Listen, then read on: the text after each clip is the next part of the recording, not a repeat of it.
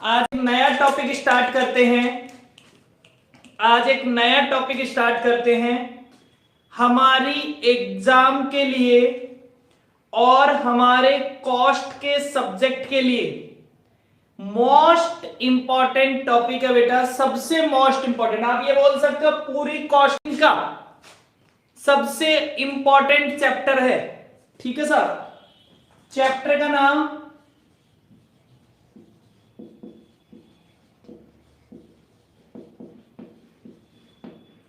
Marginal costing. Chapter का नाम marginal costing.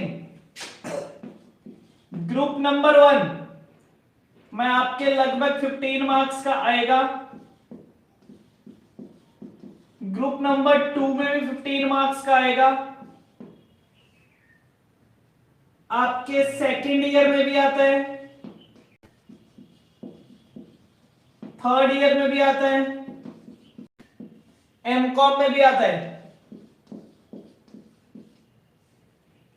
फिर सीएमए फाइनल 25 मार्क्स। ये वेटेज है बेटा चैप्टर का। इंटर के फर्स्ट ग्रुप में भी आएगा, सेकंड ग्रुप में भी आएगा, फिर सीएमए फाइनल में भी आएगा 25 का। तो आपके सीएमए के लिए वेटेज, फिर सेकंड ईयर में आएगा, थर्ड ईयर में आएगा, और एमकॉम करोगे तो एमकॉम के दोनों सालों में आएगा। मतलब हर जगह ये चैप्टर आएगा। क्लियर? तो हमारे लिए कहने का मतलब, हम आगे जो भी एग्जाम देने वाले हैं हर एग्जाम में ये चैप्टर आएगा। फर्स्ट ग्रुप देते हैं तो भी आएगा, सेकंड ग्रुप देते हैं तो भी आएगा, ग्रेजुएशन करेंगे तो भी आएगा, पोस्ट ग्रेजुएशन करेंगे तो भी आएगा, फाइनल में जाएंगे तो भी आएगा। हर जगह हमें ये चैप्टर पढ़ना है। तो आपके लिए मोस्ट और मोस्ट इंपॉर्टेंट चैप्टर है, बड़ा ध्यान से समझेंगे। ठीक है साहब? क्लियर? ओके साहब।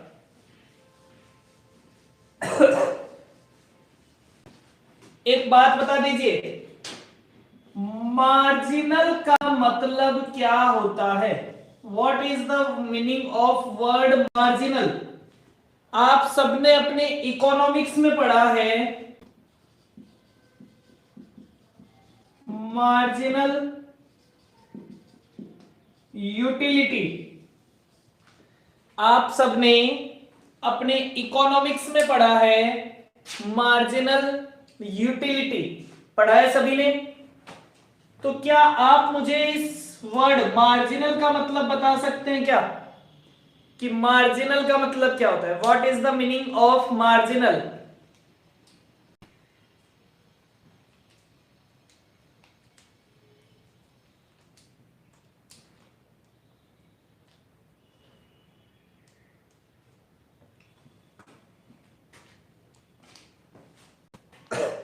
बेटा इकोनॉमिक्स में आप एक बात कहा करते थे, इकोनॉमिक्स में एक बात कहा करते थे कि अगर एक एक्स्ट्रा यूनिट कंज्यूम की जाए तो उसकी यूटिलिटी पे क्या फर्क पड़ता है। आप पहले किसी को एक रोटी खाने के लिए देंगे, फिर एक रोटी और देंगे, फिर एक रोटी और देंगे, तो जो सबसे फर्स्ट वाली रोटी थी वो बहुत बढ़िया थी, दूसरे वाली रोटी की यूटिलिटी कम हो जाएगी क्योंकि उसकी जरूरत कम है, एक से काम चल जाएगा। दो हो गई तो तीसरी की जरूरत और कम हो जाएगी। मतलब हर एक यूनिट के चेंज पे उसकी यूटिलिटी पे क्या फर्क पड़ा। इसी तरह मैं वर्ड बोलता हूं मार्जिनल कॉस्टिंग। मार्जिनल कॉस्टिंग मतलब एक एक्स्ट्रा यूनिट के प्रोडक्शन से कॉस्ट पे क्या फर्क पड़ता है। मैं कहता हूं साहब मैं 100 यूनिट बनाता था, उसकी कॉस्ट आती थी 1 लाख रुपए। अब मैं 101 यूनिट बनाता हूं और कॉस्ट आती है 1,07,000।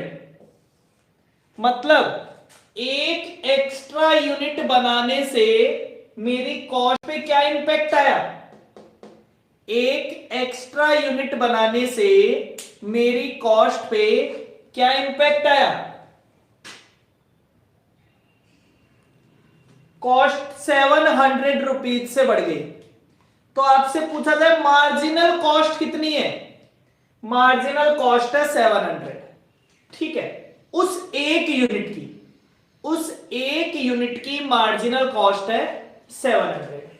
बेटा इस 700 को, जो ये डिफरेंस है, क्या इस 700 को वेरिएबल भी बोला जा सकता है क्या? आपने बजट का चैप्टर पढ़ लिया, इसीलिए हमने पहले बजट पढ़ा था। क्या ये 700 वेरिएबल की वजह से बढ़ रहा है? क्या ये 700 जो बढ़ा है वो वेरिएबल की वजह से बढ़ रहा है, वेरिएबल कॉस्ट की वजह से? Yes sir. ठीक है, तो ये किसकी वजह से? इसका मतलब अगर मैं ऐसा लिखूं तो ये गलत नहीं होगा। मार्जिनल का मतलब क्या होता है? मार्जिनल का मतलब होता है वेरिएबल, चेंज होने वाला। देखो आपने वर्ड दिया था चेंज, मार्जिनल का मतलब चेंज, वेरिएबल का मतलब भी चेंज। जो प्रोडक्शन के लेवल के साथ, प्रोडक्शन कम होता है तो कॉस्ट कम होती है, प्रोडक्शन बढ़ता है तो कॉस्ट बढ़ती है, that is marginal cost, that is variable cost. तो मार्जिनल कॉस्ट और वेरिएबल कॉस्ट दोनों सेम ही चीज होती है। आप ये बोल सकते हो इस प्रोडक्ट की मार्जिनल कॉस्ट क्या है, या आप ये भी वर्ड बोल सकते हो इस प्रोडक्ट की वेरिएबल कॉस्ट क्या है। सारी वेरिएबल कॉस्ट एक साथ मिलके क्या कहलाती है? Marginal cost. सारी वेरिएबल कॉस्ट को जब जोड़ देते हैं तो वो सारी वेरिएबल कॉस्ट क्या कहलाती है?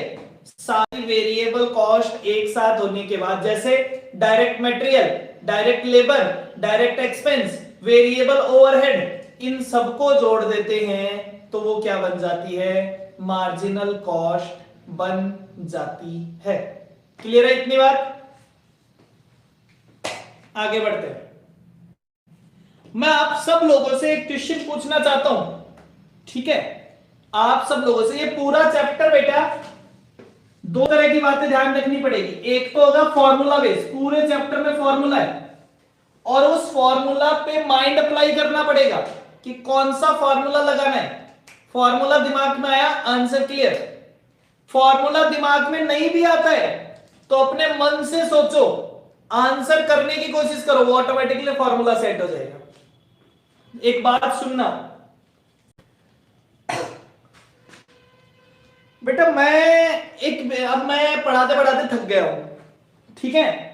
तो मैं एक बिजनेस स्टार्ट करना चाहता हूं। मैं नहीं चाहता डेली तुम लोगों से दिमाग खपाना पड़ता है, मेरी बात समझ में तुम्हें आती नहीं है, ठीक है ना? तो मैं चाहता हूं कि मैं पढ़ाना बंद कर दूं। अब मैं क्या करना चाहता हूं, मैं कोई दूसरा बिजनेस करना चाहता हूं। तुम लोग भी सुखी, मैं भी सुखी, है ना? सही रहेगा ना? पीछा छूटा, ऐसा ही होने वाला है। चलो, तो अब काम की बात यह है। हाँ, नवीन कह रहा है हाँ सर बिल्कुल पीछा छूटे।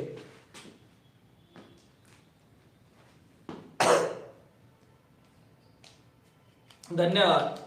चलो, काम की बात यह है कि मैं एक बिजनेस स्टार्ट करना चाहता हूं। मैं क्या बेचना चाहता हूं बेटा? मैं सोच रहा हूं कि मैं ये मार्कर बनाना स्टार्ट कर दूं, मार्कर बेचना स्टार्ट कर दूं, ठीक है? तो मार्कर बेचना स्टार्ट करते हैं। चलो थोड़ा सा और बड़ा प्रोडक्ट ले लेते हैं, प्रोडक्ट का नाम कुछ भी हो।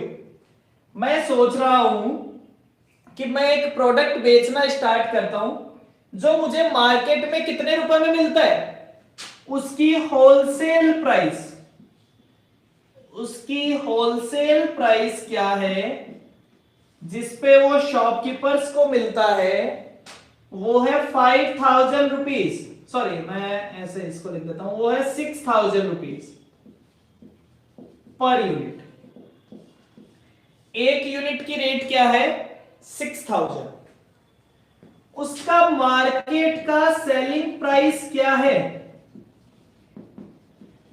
मार्केट का सेलिंग प्राइस है 10,000 रुपीज। मतलब वो प्रोडक्ट मार्केट में जो लोग आज वो बिजनेस कर रहे हैं वो लोग उसे कितने रुपए में बेचते हैं?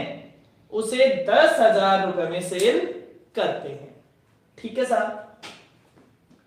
इसके लिए मुझे एक शॉप रेंट पे लेनी पड़ेगी।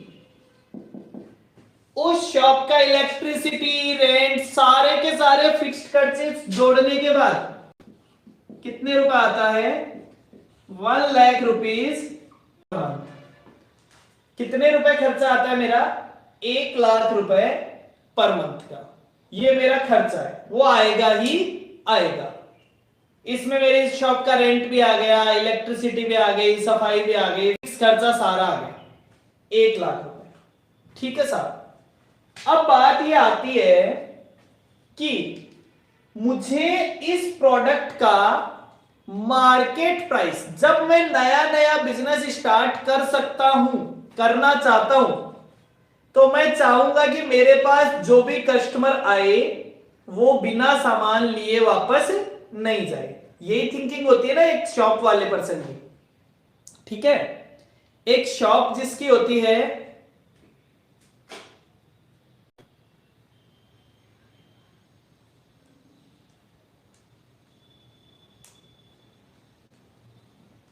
यही थिंकिंग होती है कि मेरे पास आया हुआ कोई भी कस्टमर वापस ना जाए, वो गुड्स लेके ही जाए। तो बेटा इसके लिए तो मुझे प्राइस कम रखनी पड़ेगी।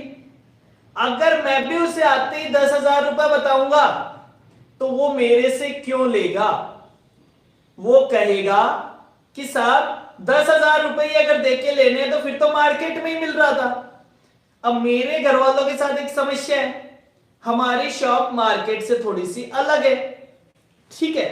तो वो कस्टमर हमारे पास गुड्स लेने क्यों आएगा? अगर उस प्राइस पे उसे पहले से ही मार्केट में प्रोडक्ट मिल रहा है, मुझसे पुराने जो सेलर्स है वो पहले से ही मार्केट में बेच रहे हैं, तो वो मेरे पास 10,000 रुपए देके क्यों आएगा? नहीं आएगा। तो मुझे प्राइस क्या रखना पड़ेगा? कम रखना पड़ेगा। तो ये बताओ मेरा मिनिमम प्राइस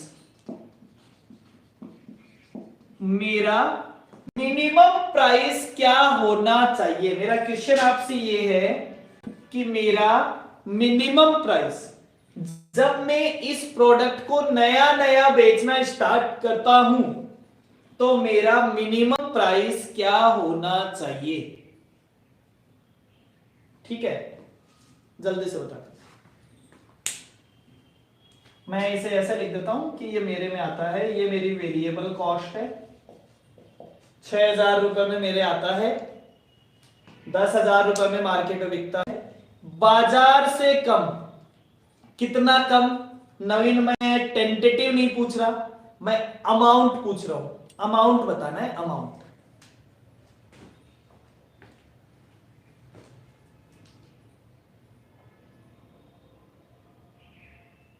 नवीन 9,500 रुपए। नवीन कह रहा है सर आप 9,500 रुपए में बेच दो। अब बेटा ये अच्छी है ना, इसकी पहले से ही मार्केट में शॉप है और अच्छे से अच्छा वाला बिजनेस है। अब पता है ये क्या करेंगे? ये तो 9,000 रुपए में बेचना स्टार्ट कर देंगे। इनको जैसे ही पता चलेगा ना मैं 9,500 में बेच रहा हूं, तो ये 9,000 में ही बेचना स्टार्ट कर देंगे। मैं 9,500 मांगूंगा, ये 9,000 में बेचना स्टार्ट कर देंगे। अब बताओ क्या होगा? मेरा प्रोडक्ट नहीं बिकेगा। कस्टमर आके कहेगा साहब वो जो पहले से शॉप है ना वो तो 9,000 रुपए बता रहे हैं।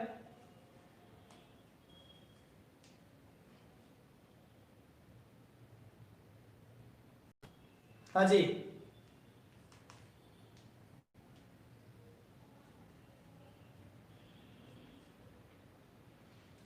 दीपक 8,500। तो वो चिराग है वो 8,000 में बेच देगा।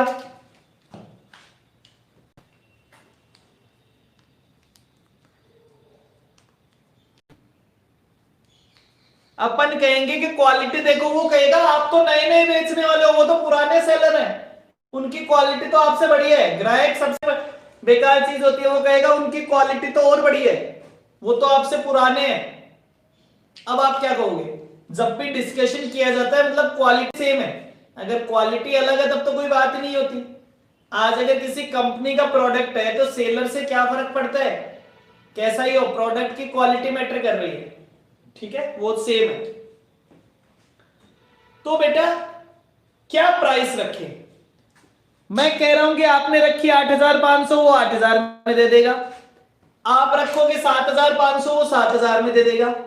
उसको कौन सा नुकसान हो रहा है? पहले वो 4,000 कमा रहा था, थोड़े दिन तक बिना कमाए दे देगा, थोड़े दिन तक बिना कमाए दे देगा। बेटा एक बात बताऊं, मान लो मैं अपने प्रोडक्ट का प्राइस रख देता हूं 6,000। मान लो मैं अपने प्रोडक्ट का प्राइस रख देता हूं 6,000 रुपीज, तो मेरे भी वो प्रोडक्ट 6,000 में ही आ रहे हैं, दूसरे लोगों के भी 6,000 में ही आ रहे हैं, क्योंकि होलसेलर्स तो सारे सेम ही है, सारे डीलर्स के एक ही रेट में आ रहे हैं, तो सबके वो प्रोडक्ट 6,000 में आ रहा है। मैंने 6,000 में बेचना स्टार्ट कर दिया तो वो लोग भी 6,000 में बेचेंगे क्या? 6,000 से कम में बेचना स्टार्ट कर देंगे क्या? मैं 6,000 में खरीद रहा हूं और 6,000 में बेच रहा हूं, मेरे जेब से कुछ नहीं जा रहा, 6,000 में खरीदा, 6,000 में बेचा, मैंने कुछ नहीं कमाया। वो लोग भी 6,000 में खरीदेंगे और 6,000 में बेच देंगे, लेकिन क्या 6,000 से कम में सेल करेंगे क्या? क्या अच्छिता कहेगी कि हम तो हमारी शॉप पे 5,500 में बेचते हैं? क्या वो लोग 5,500 में सेल करना स्टार्ट कर देंगे क्या? अच्छा, कर सकते हैं क्योंकि उनका ओल्ड शॉप है, बिल्कुल, लेकिन नवीन मेरे पास इसका भी सॉल्यूशन है।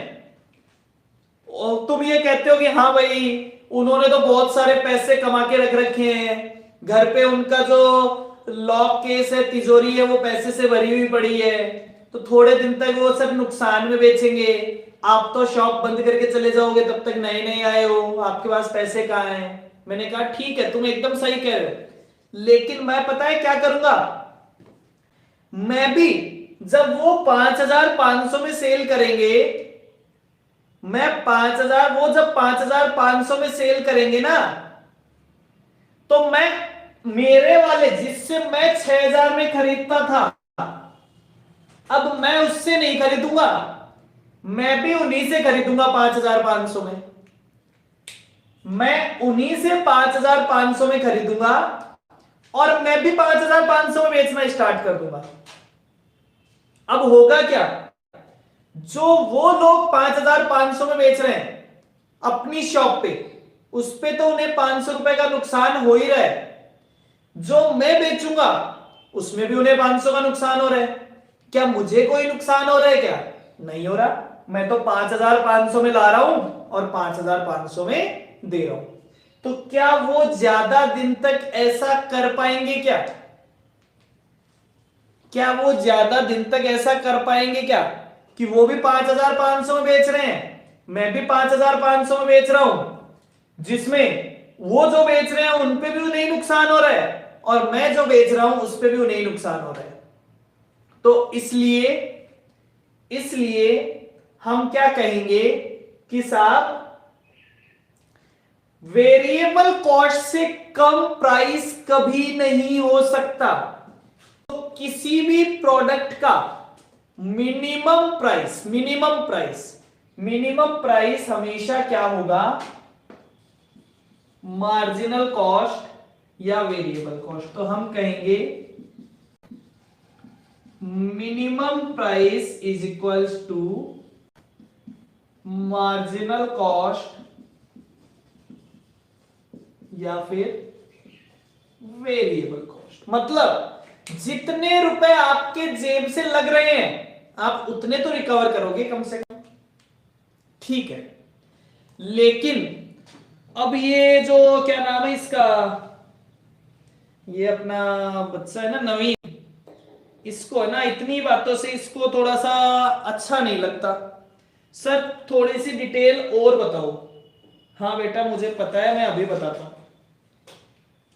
सर ये कहता है कि इसका क्या करोगे।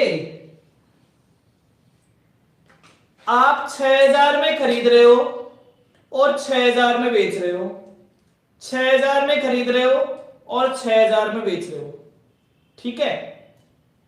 तो फिर ये 1 लाख रुपए महीने वाले दिन कहां से दोगे। ये 1 लाख रुपए आप महीने वाले दिन कहां से दोगे। बताओ भाई कहां से आएंगे ये 1 लाख रुपए, कौन बताएगा। ये 1 लाख रुपए कहां से आएंगे।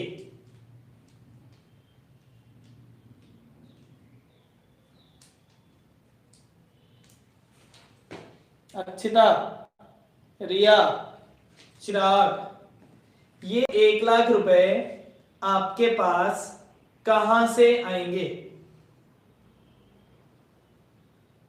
उधार, उधार कोई नहीं देता बेटा। ये 1 लाख रुपए क्या पापा देंगे। ये 1 लाख रुपए कौन चुकाएगा, पापा चुकाएंगे। पहली बार दुकान करते हैं तो पैसा कौन देता है, पापा देते हैं, पापा। ये पैसा कौन देते हैं, वो जो सेट ऑफ करते हैं वो पैसा किसका होता है, रिया। जो पैसा हम बात कर रहे हैं ना, जब हम बिजनेस स्टार्ट करते हैं तो ये पैसा सेट ऑफ नहीं कर सकते। मैं भी यही कह रहा हूं, सेट ऑफ नहीं कर सकते, लेकिन चुकाना तो पड़ेगा ना। आएगा कहां से, सेट ऑफ कर देते तब तो कोई दिक्कत नहीं थी।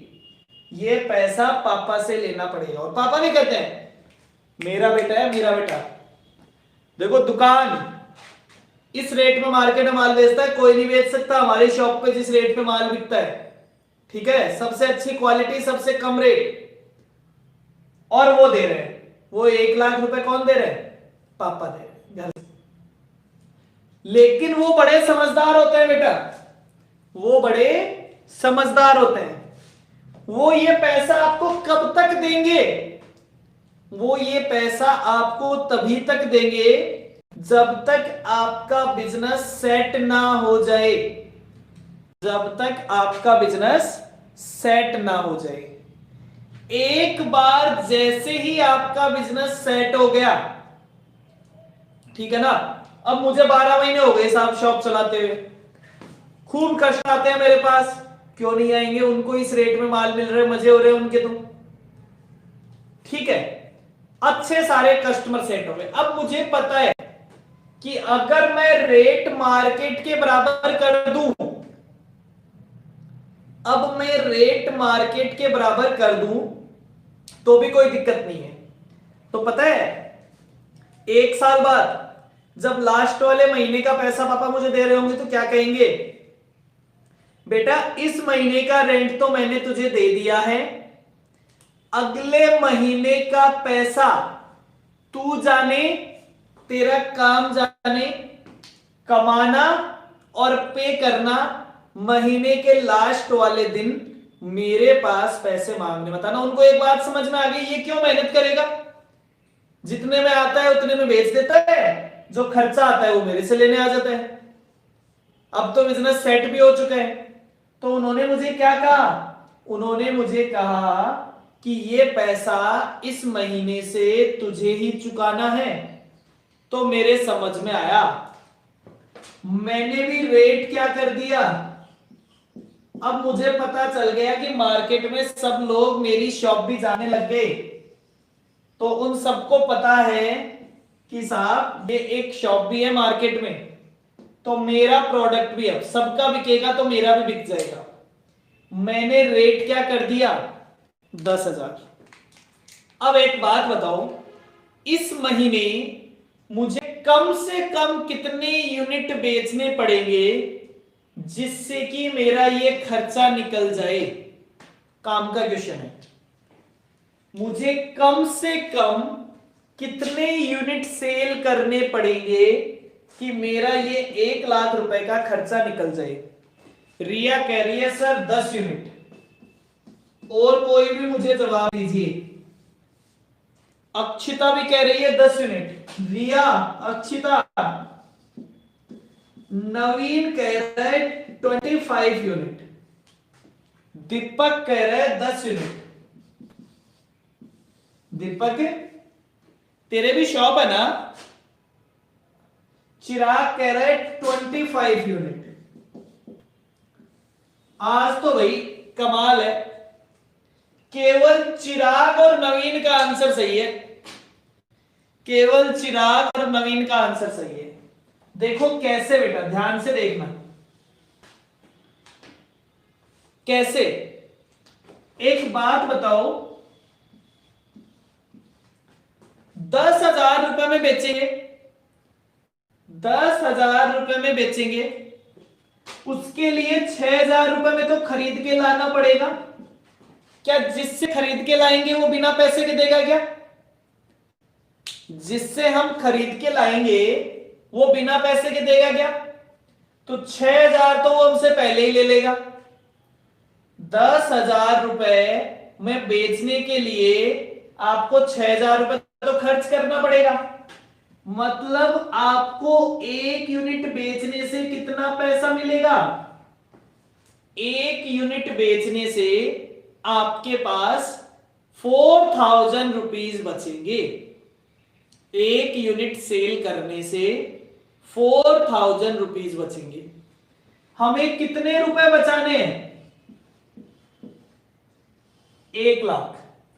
एक यूनिट से कितने बचते हैं? 4,000। तो कितनी यूनिट सेल करनी पड़ेगी?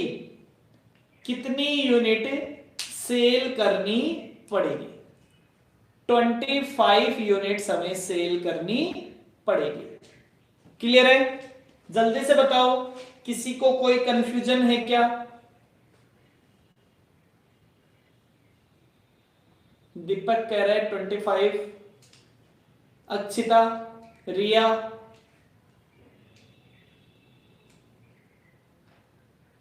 ठीक है। अक्षिता कंफ्यूजन है?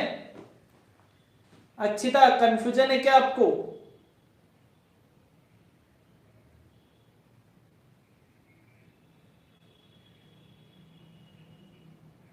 अक्षिता कंफ्यूजन है क्या? दोबारा से बताऊं?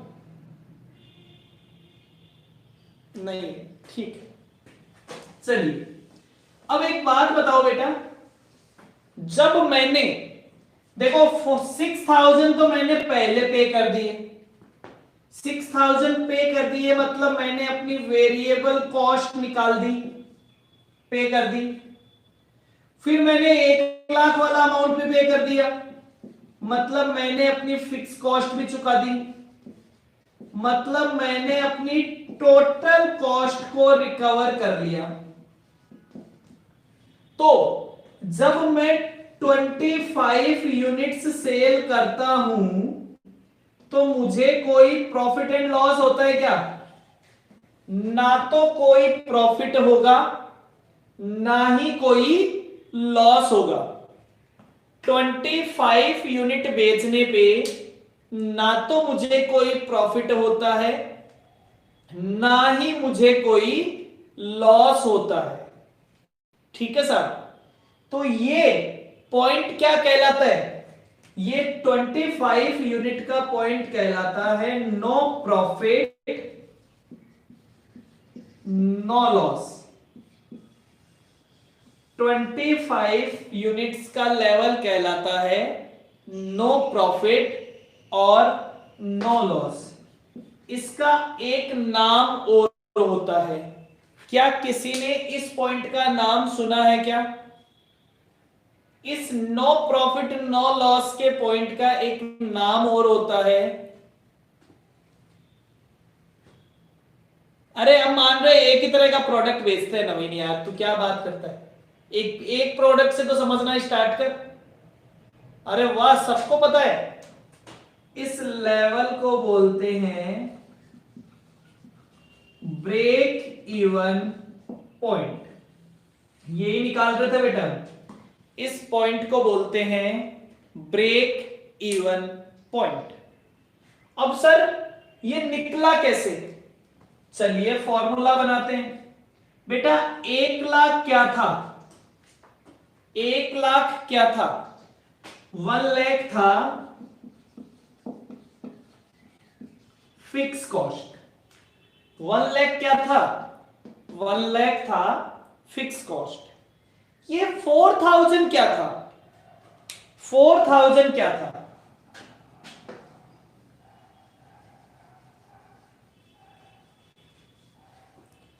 4000, ठीक है, 1 लाख समझ में आ गया। फिक्स्ड कॉस्ट 4000 क्या था? तो बेटा हमने लिखा 4000 कैसे निकाला था? 4000 प्रॉफिट नहीं था बेटा, प्रॉफिट तो हुआ ही नहीं। आप बोल रहे हो ना no profit no loss, no profit no loss मतलब 25 यूनिट बेचते हैं तब तक तो कोई प्रॉफिट होता ही नहीं है। तो हमने कहा सेल्स, सेल्स कितनी थी? 10,000, इसमें से माइनस किया वेरिएबल कॉस्ट, तो ये जो बच गया 4000, ये क्या कहलाता है बेटा? ये कहलाता है कंट्रीब्यूशन। इसको बोलते हैं कंट्रीब्यूशन। सर इसको कंट्रीब्यूशन क्यों बोलते हैं, इसको प्रॉफिट क्यों नहीं बोलते? तो मैंने कहा समझो बेटा, इसको बोलते हैं कंट्रीब्यूशन। क्यों बोलते हैं समझना बेटा। पहली 25 यूनिट तक जब हम पहली यूनिट बेचेंगे तो 4000 बचेंगे, दूसरी बेचेंगे तो 4000 बचेंगे। ऐसा करते करते जब हम 25 यूनिट बेचेंगे तब तक तो हमारी क्या रिकवर होगी? तब तक तो हमारी फिक्स कॉस्ट रिकवर होगी, ठीक है। अब मान लो क्या 25 बेचने के बाद हम रुक जाएंगे क्या? नहीं, मान लो हमने 26 यूनिट भी बेच दी, 26 यूनिट भी बेच दी, तो हमारा कंट्रीब्यूशन कितना हो गया? 26 मल्टीप्लाइड बाय 4000, 1,04,000। हमारी फिक्स कॉस्ट कितनी रहेगी? 1 लाख। तो हमारा प्रॉफिट कितना हो जाएगा? 4000, ठीक है सर, प्रॉफिट कितना हो जाएगा? 4000। इसका मतलब ये जो आपके पास कंट्रीब्यूशन नाम का आइटम है, ये दो चीजों में कंट्रीब्यूट करता है। पहले तो ये फिक्स कॉस्ट को रिकवर करने का काम करता है। जब आपकी सारी फिक्स कॉस्ट रिकवर हो जाती है तो उसके बाद में जो कंट्रीब्यूशन आता है वो आपके लिए प्रॉफिट होता है। तो इसलिए हम क्या कहते हैं, इसलिए हम इसको प्रॉफिट नहीं कहते, हम इसको कंट्रीब्यूशन कहते हैं कि ये पैसा दो जगह कंट्रीब्यूट होता है। पहले फिक्स कॉस्ट को रिकवर करता है और जब सारी फिक्स कॉस्ट रिकवर हो जाती है तो उसके बाद में प्रॉफिट आना स्टार्ट हो जाता है। डन? मेरी बात समझ गए क्या?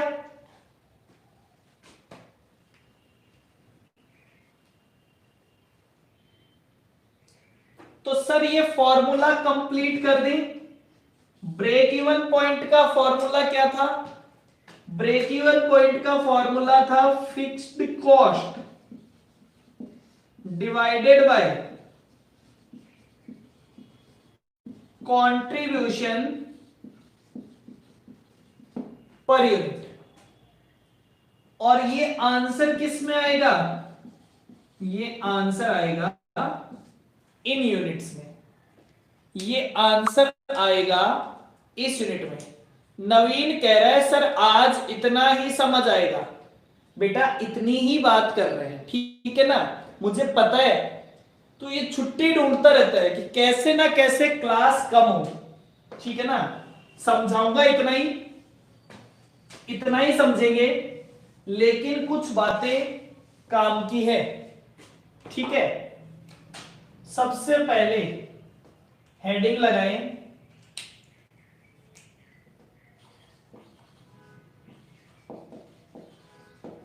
मार्जिनल कॉस्टिंग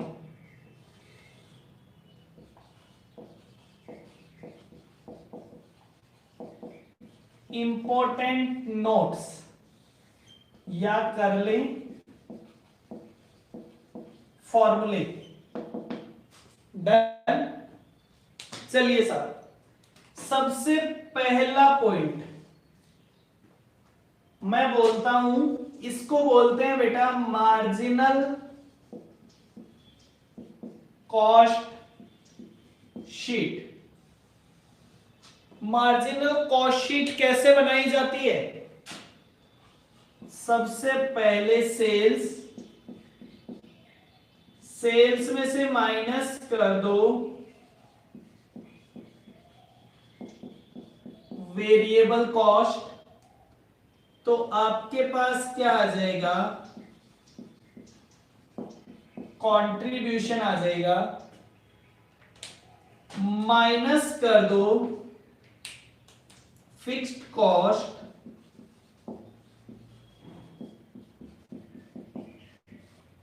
तो आपके पास क्या आ जाएगा?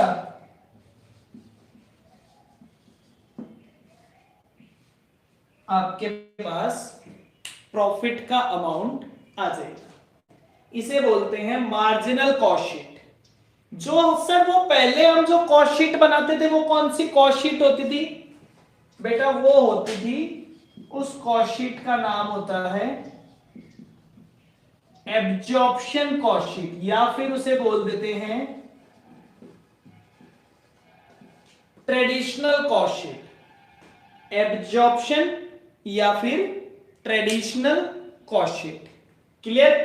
इतनी बात याद रह जाएगी।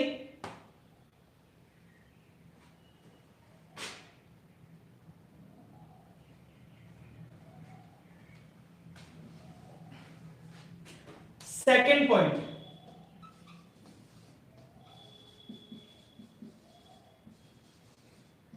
Minimum selling price. Minimum selling price, minimum selling price होता है वेरिएबल कॉस्ट, या फिर बोल दो मार्जिनल कॉस्ट। वेरिएबल कॉस्ट या फिर marginal cost. Third point,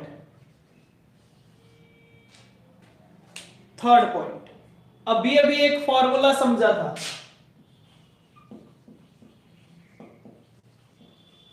break even point. Answer आएगा इन यूनिट्स में। फॉर्मूला क्या था? फॉर्मूला था fix cost divided by contribution per unit.